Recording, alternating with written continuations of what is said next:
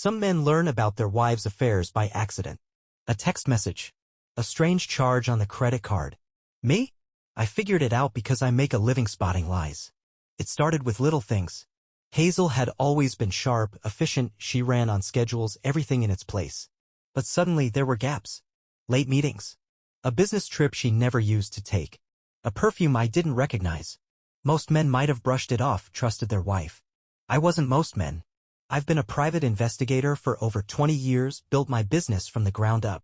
Before that, I did a little of everything: construction, trucking, security, whatever paid. I grew up in foster care, learned young that nobody's coming to save you. You watch, you listen, and you get ahead by knowing what others don't. I didn't say a word to Hazel, just watched. A quiet man makes people talk, and in my line of work you learn that people are careless. They slip up. They get comfortable. And she did. The first real clue came on a Tuesday. Hazel always left at 7:30 like clockwork. That morning I watched her pull out of the driveway and turn left. Her office was to the right. I followed. She wasn't sloppy, I'll give her that. No obvious meeting spots, no motels, no cheap cliches.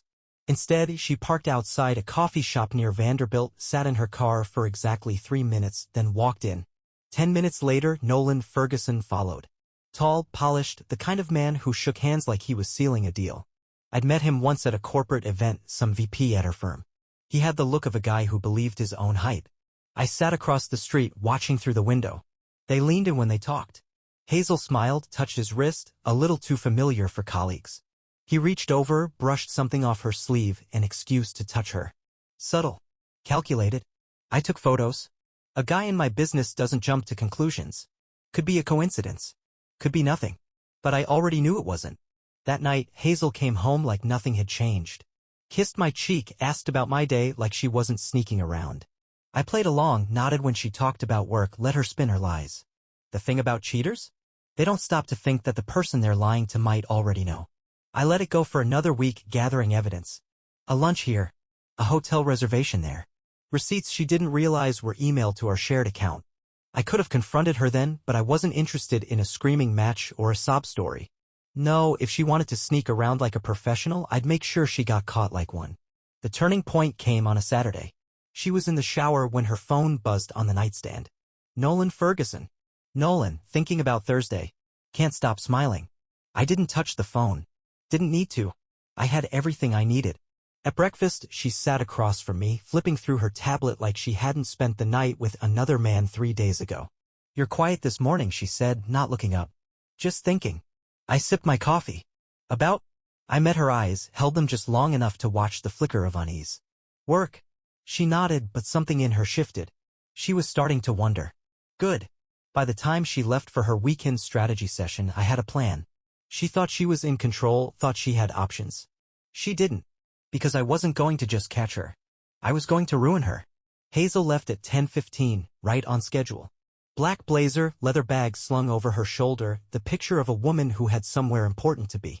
She gave me a quick smile before walking out like she wasn't screwing another man behind my back. I sipped my coffee, watched through the kitchen window as she pulled out of the driveway. She turned left again. I already knew where she was going. I didn't need to follow her this time. Instead, I went to work. My office wasn't much, just a rented space above an auto shop off Nolansville Pike. Sturdy desk, steel filing cabinets, a coffee maker older than some of my clients. But it got the job done. I pulled up my laptop and went through the files. Photos. Timestamps. GPS logs from the tracker I slipped under her car last week. I wasn't guessing anymore, I had proof. At 11:30, I made a call. Hey, Mike. Mike Whitaker ran one of the biggest podcasts in Tennessee, The Unfiltered Truth. A guy with a voice like a diesel engine and a nose for scandal. His show specialized in real stories, the kind that made people lean in. He also happened to be an old friend. Finley, he said. To what do I owe the pleasure? I got something for you. Cheating scandal, corporate execs, hotel rooms. The kind of thing your listeners eat up. Mike chuckled. You don't usually bring me this kind of thing. What's the catch? No catch, I said. Just a good story. Names, dates, proof. You'll have everything you need. A pause. Then must be personal. I didn't answer. He didn't press. Send it over, he said. By the time I hung up, the wheels were already turning. I wasn't just going to expose Hazel. I was going to make sure she couldn't talk her way out of it. That night, she came home late. Dinner's in the fridge, I said from the couch, not looking up from the game. She set her bag down carefully, smoothed her skirt. Long day. I bet. She hesitated like she wanted to say something else, but instead she just nodded. I'm gonna shower. I watched her go. The thing about people who lie for a living? They assume they're the smartest person in the room. But Hazel had made a mistake. She was lying to a man who did this for a living. 2 days later, Mike's episode aired. It wasn't subtle. Power, lies, and hotel rooms, the secret life of a corporate VP. He didn't name names, but he didn't have to. The details were specific enough that anyone who knew Hazel or Nolan would put it together. He laid it all out, an executive in a high-profile firm carrying on a long-term affair with a colleague, complete with timestamps, witness accounts, and hard evidence. The internet did the rest. I stayed off my phone that day, went about my business like nothing was happening. The real fireworks started when Hazel got home. She walked in fast, her face set, phone in her hand. What did you do? I took my time setting my beer down. Something wrong. She stepped forward, shoving her phone toward me. Don't play games, Finley. You gave them everything. Do you know how this makes me look? I leaned back in my chair. Yeah, I said. I do. Her hands curled into fists. You had no right. I laughed, shaking my head. No right? You've been sneaking around for months, lying to my face, and you think I don't have a right? She looked away, jaw tight. It was complicated. No, it wasn't. You made a choice. I just made sure you got credit for it. Silence. Her phone buzzed in her hand. Another message. Another piece of the life she thought she could keep hidden cracking apart. Finally, she looked at me. You wanted to humiliate me. I didn't answer right away. I let her sit with it. Then I said I wanted you to face consequences. She swallowed, blinking fast. You think this makes you look strong? No, I said, standing. I think it makes me look like a man who won't be played. I grabbed my keys, walked past her without another word. Outside, the air was cool, the street quiet. I took a deep breath. It felt good. I wasn't done yet. Not by a long shot. Hazel didn't come home that night. I wasn't surprised. When people like her lose control, they scramble. They make calls, set up meetings, try to plug the holes before the ship sinks. But there was no fixing this. By morning, the damage was spreading. I stopped by the coffee shop down the street, grabbed a black coffee, and checked my phone. The podcast episode had over 100,000 downloads. The online forums had picked it up, and whispers were turning into full conversations. People who worked at the company were connecting the dots. Hazel and Nolan weren't just an office rumor anymore, they were a scandal. By the time I got to my office, I had a text from an old friend who worked in corporate law. Mike H., your wife's firm is in full panic mode. Nolan's trying to deny everything. HR is having meetings all morning. I smiled. Damage control was useless. I made sure of that. At noon, I parked outside her office. I wasn't there to make a scene, just to watch. Nolan came out first, walking fast, head down, looking like a man trying to outrun bad news. He got into his car without a glance around. Hazel came out an hour later. She was on the phone, her posture stiff, the way someone looks when they're holding it together by a thread. I could imagine the conversation. She was trying to explain, trying to spin it into something salvageable. But the thing about powerful people is they don't like mess. They don't like distractions. And she had become both. I drove home, let it all sit. I had done what I set out to do, exposed the lie, shattered the illusion. But I wasn't done yet. That night, she finally walked in.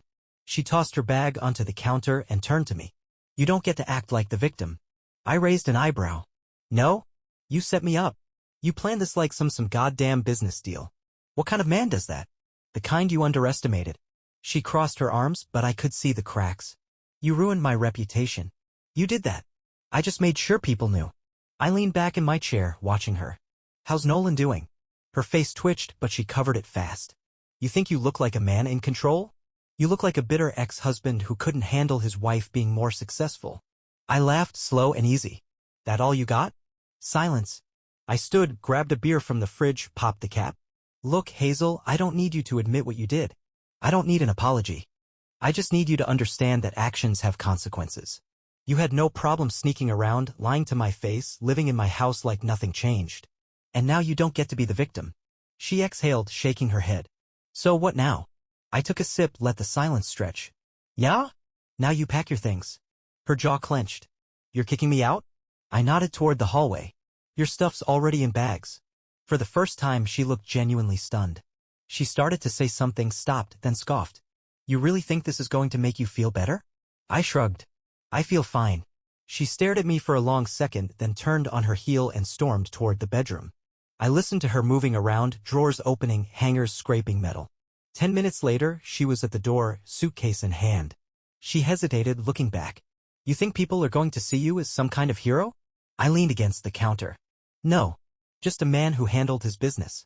She didn't have a comeback for that. She just shook her head and walked out. The door shut behind her, and just like that, the house felt bigger. Quieter. I exhaled. One problem solved. Now, I just had one more to go. I let a week pass. I wasn't in a rush. Hazel was out of the house, and I'd heard through the grapevine that Nolan Ferguson had taken a leave of absence from work. The company hadn't fired him yet, but the pressure was mounting. People were talking. Executives don't like scandals, and the last thing they wanted was their firm tied to an ethics violation. The podcast had done its job. But there was still one last thing to take care of. I parked outside Harrison and Doyle corporate offices just before noon, the same time I knew their senior executives broke for lunch. I had no intention of going inside. This was a public execution, and I wanted Nolan to feel the eyes on him. I didn't have to wait long. Nolan stepped out, his suit still crisp, but there was something different about him now. He looked smaller, like a man who just realized the foundation under his feet wasn't as solid as he thought. He moved fast, cutting through the parking lot toward his car. That told me all I needed to know. I stepped out of my truck and walked toward him, casual. Hey there, Nolan. He stopped short, glancing around like he wasn't sure if I was going to make a scene. He forced a smile, but his hand twitched at his side. Finley. Didn't expect to see you here. I let that hang for a second, then nodded toward the building. Rough week. His jaw tightened. I don't have time for this. I bet you don't, I said. HR meetings. PR nightmares. Calls from the board. I imagine it's a busy time for you. His lips pressed together. You have any idea what you've done? I smiled. Yeah. He took a step closer, lowering his voice. You think you won? You think you're the first guy to get cheated on? People move on. These things blow over. I chuckled, shaking my head. Oh, Nolan. You really don't get it. I pulled a folded piece of paper from my jacket and handed it to him. He hesitated before taking it, I scanning the first few lines. His face went pale. How the hell did you get this? Private investigator, remember? I nodded at the paper in his hand. It's an internal report. Conflict of interest. Unethical behavior. Possible termination for cause. He swallowed. This isn't public. No, I said. Not yet. He looked up at me then, the confidence draining from his face. What do you want? I let the silence stretch. He already knew. Finally, he exhaled, defeated. I resigned today, and this stays buried? That's right. He looked back toward the building, jaw working. He hated this. He hated losing. But men like Nolan were survivors, and he was already calculating which move would let him walk away with the least amount of damage. Fine, he said. You got what you wanted. I patted his shoulder as I walked past him. No, Nolan. I got what you deserved. By the time I pulled out of the parking lot, I already knew he'd do it. He'd step down, take his severance, disappear from the company. Maybe he'd move, start over somewhere new. Didn't matter to me. He was out, and that was all that mattered. I drove home, parked the truck, and sat for a minute letting it settle. The house was quiet when I stepped inside, but it didn't feel empty. It felt right. I grabbed a beer, leaned against the counter, and exhaled. It was done. Hazel was gone. Nolan was finished. And I was just getting started. A month passed. The dust settled. Hazel moved into a high-rise apartment in Midtown, the kind of place where people paid too much for floor-to-ceiling windows and concierge service. Nolan Ferguson did exactly what I expected, resigned quietly, took his severance, and vanished from the corporate scene. Last I heard, he was looking at opportunities out west, far from the mess he left behind. People like him never really lose, they just relocate. But he'd never be the same. His name was tainted now, whispered in circles that mattered. His power was gone. That was enough for me. I spent the first few weeks cleaning house. Literally. I got rid of the furniture Hazel picked, boxed up the things that reminded me of a life I wasn't living anymore. The silence was good. It gave me space to think, to figure out what came next. I wasn't the kind of man who sat around feeling sorry for himself. One evening, I stopped by Sully's, a hole-in-the-wall bar I hadn't visited in years. Dim lighting, wood-paneled walls, no nonsense. The kind of place where a man could sit with his thoughts and a decent pour of whiskey without hearing a 20-minute speech about the notes in the drink. Anna was behind the bar, same as always. Mid-40s, auburn hair pulled back, sleeves rolled up. She ran the place like she owned it, which technically she did. Well, well, she said, setting a glass down in front of me. Look what the wind blew in. Been a while, I admitted. She leaned on the counter, eyeing me. Heard about what happened. You all right? I shrugged. Better than her. That got a small smirk. Word is, you handled it. I took a sip, let the burn settle. Just made sure she got what she had coming. Anna nodded like she approved. So what now? You just gonna drink in quiet bars and haunt your office like some old ghost? I smirked. Got a kid I'm looking into. Foster home situation. Something's off. Her brow lifted. Back to the pro bono work? Never left it, I said. Anna shook her head, sliding a napkin across the bar. You need a real case, let me know. Some of the regulars here got problems money can't fix. I glanced at the napkin. A name, a number. I pocketed it without a word. That was Anna, always keeping her ear to the ground. I didn't stay long. Just a drink, a little conversation, then I was back in my truck, heading toward Franklin, an old town south of Nashville, where a kid named Ethan Gregory was waiting for someone to believe him. I'd met him a few weeks ago, a wiry 17-year-old with eyes too old for his face. He told me his foster dad was pocketing the state checks and leaving him to fend for himself. I believed him. I knocked on the door of a sagging, one-story house off a back road. A man answered, 40, thick in the gut, beady eyes that didn't like being challenged. You're Ethan's caseworker? He asked, suspicious. I smiled. Something like that. He hesitated. He ain't here. I tilted my head, looking past him into the darkened house. That's so. Something shifted in his stance. He ran off a couple nights ago. I let the silence stretch, just watching him. People don't like silence. It makes them nervous, makes them fill it with words they didn't plan on saying. Finally, he scoffed. I ain't got time for this. If you find the little bastard, tell him not to bother coming back. I nodded. Yeah, I'll do that. He slammed the door. I walked back to my truck, slid behind the wheel, and pulled out my phone. Ethan hadn't run away. I knew that much. Which meant it was time to start shaking trees until the right one dropped something useful. Because some people needed a reminder that actions have consequences. I spent the next 2 days tracking Ethan. He hadn't shown up at school, no activity on his social media, and the few people who knew him hadn't heard a word. The kid was a ghost. Either he was hiding or something worse had happened. I started at the places I knew he'd been before, the convenience store where he sometimes worked for cash, the church shelter that let him sleep on a cot when things got bad. No one had seen him in over a week. That didn't sit right. Late that night, I parked outside his foster house again, lights off, watching. The man, Dale Jenkins, according to his background check, came and went like he didn't have a care in the world. He'd been collecting money from the state for Ethan for months, and now suddenly the kid was gone. That smelled like a problem. I knocked again, same routine. Dale answered in a stained t-shirt, I squinting like I was the inconvenience. The hell do you want now? I let the silence stretch before speaking. You got 2 choices.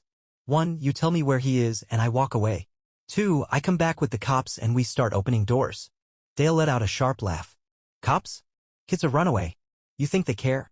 I held his gaze, let him feel the weight of my patience running out. He shifted, cracking his neck. You some kind of PI or something? I smiled, slow and easy. Something like that. His face twitched. I don't know where the kid is. I sighed, stepped forward into his space. See, Dale, I think you do. And I think you got about 10 seconds before I stopped being polite. His eyes flicked over my shoulder, checking the street. No one around. His breath hitched, just for a second. That was all I needed. I shoved past him, into the house. He barked something. Anger. Surprise. But he didn't try to stop me. The place reeked of stale beer and microwave dinners. I moved fast, down the hall, opening doors. A bathroom, a cluttered spare room, a master bedroom with sheets that looked like they hadn't been washed in months. Then I found it. The door at the end of the hall was locked. I took a step back and kicked it in. Ethan was inside. Thin, bruised, sitting on a bare mattress with his knees pulled up. His head snapped up at the sound, eyes wide. Jesus, he muttered, blinking like he didn't believe what he was seeing. Come on, kid, I said. You're leaving. Dale stormed in behind me, voice rising. You can't just. I turned, fist already clenched, and drove it into his gut. He folded, gasping, hands gripping his stomach. I grabbed his shirt, yanked him close so he could hear me real clear. If you ever touch that kid again, I'll bury you so deep, they won't even find your bones. His head bobbed in a panicked nod. I let him drop, Ethan was already on his feet, grabbing a ratty backpack from the corner. His face was guarded, but I could see the relief under it. He followed me out without a word. We drove in silence for a while, the dark highway stretching ahead. Finally, he exhaled. I didn't think anybody was coming. I kept my eyes on the road. They weren't, so I did. He nodded, looking out the window. You always do this for people? Only the ones who deserve better. He didn't say anything for a long time. Then, real quiet, thanks. I just kept driving. I wasn't looking for redemption, but sometimes helping the right person felt damn close to it. Ethan settled into a new foster home a few towns over. A decent one this time. I checked in a few weeks later, sat across from him at a diner over a couple of burgers. He looked better. Still wary, still watching every door like he expected someone to walk in and yank the rug out from under him, but that was normal. Trust takes time. You all right? I asked, dipping a fry into ketchup. He shrugged. Yeah, better than before. That was as close to gratitude as I was gonna get. I didn't need more. I nodded, took a bite, and let the silence stretch. He chewed on his lip for a second, then finally said, You didn't have to help. Nope. So why'd you? I wiped my hands with a napkin, took my time, because someone should have. Ethan didn't say anything, just looked down at his plate and nodded. That was enough. A week later, Dale Jenkins got picked up on a welfare fraud charge. Turns out when you fake expense reports and cash state checks for a kid you locked in a back room, it catches up to you. He'd do a little time. Not as much as he deserved, but enough to make sure he never got another foster check again. Some people call that justice. I call it making sure he never gets a second chance to screw over another kid. I didn't think about him again after that. Some people weren't worth the space in my head. Hazel didn't reach out. I figured she wouldn't. She knew better. She had money enough to rebuild somewhere else, but that wasn't the point. She'd lost what she really cared about. Control. She wasn't the polished executive anymore, the admired leader. She was a cautionary tale whispered behind closed doors. She'd survive. Women like her always do. But she'd never get back what she had. I heard through the grapevine that Nolan took some mid-level consulting gig in Denver. Less power, less prestige. Probably still telling himself he was on top of things. That he'd bounce back. Maybe he would. But every time someone Googled his name, the past would be waiting for him. A stain he'd never scrub out. That was enough for me. One night, I found myself back at Sully's. Anna was wiping down the bar when I walked in. She gave me a once-over, then smirked. You look like a man who finished a job. I slid onto a stool. I look like a man who needs a drink. She poured me a whiskey, set it in front of me. So, what's next? I stared at the glass for a second, then took a slow sip. The burn was good. Settling. Not sure. Might take a case or two. Might take a drive. Anna leaned on the counter. You looking for something? I thought about that, rolled the idea around in my head. Then I shook my head. Nah. Just making sure I don't sit still too long. She snorted. Yeah, you never struck me as the type to gather dust. I finished my drink. Let the quiet settle around me. Some men would have been bitter. Some would have let the betrayal eat them alive. Let it turn them into something small and angry. But that wasn't me. I'd walked through the fire, handled my business, and come out clean on the other side. No baggage, no regrets. I left some cash on the bar, gave Anna a nod, and stepped outside. The night was cool, the streets quiet. I stood there for a second, looking up at the dark sky. Then I got in my truck, turned the key, and drove. Some people spend their lives looking back. Me, I preferred the road ahead.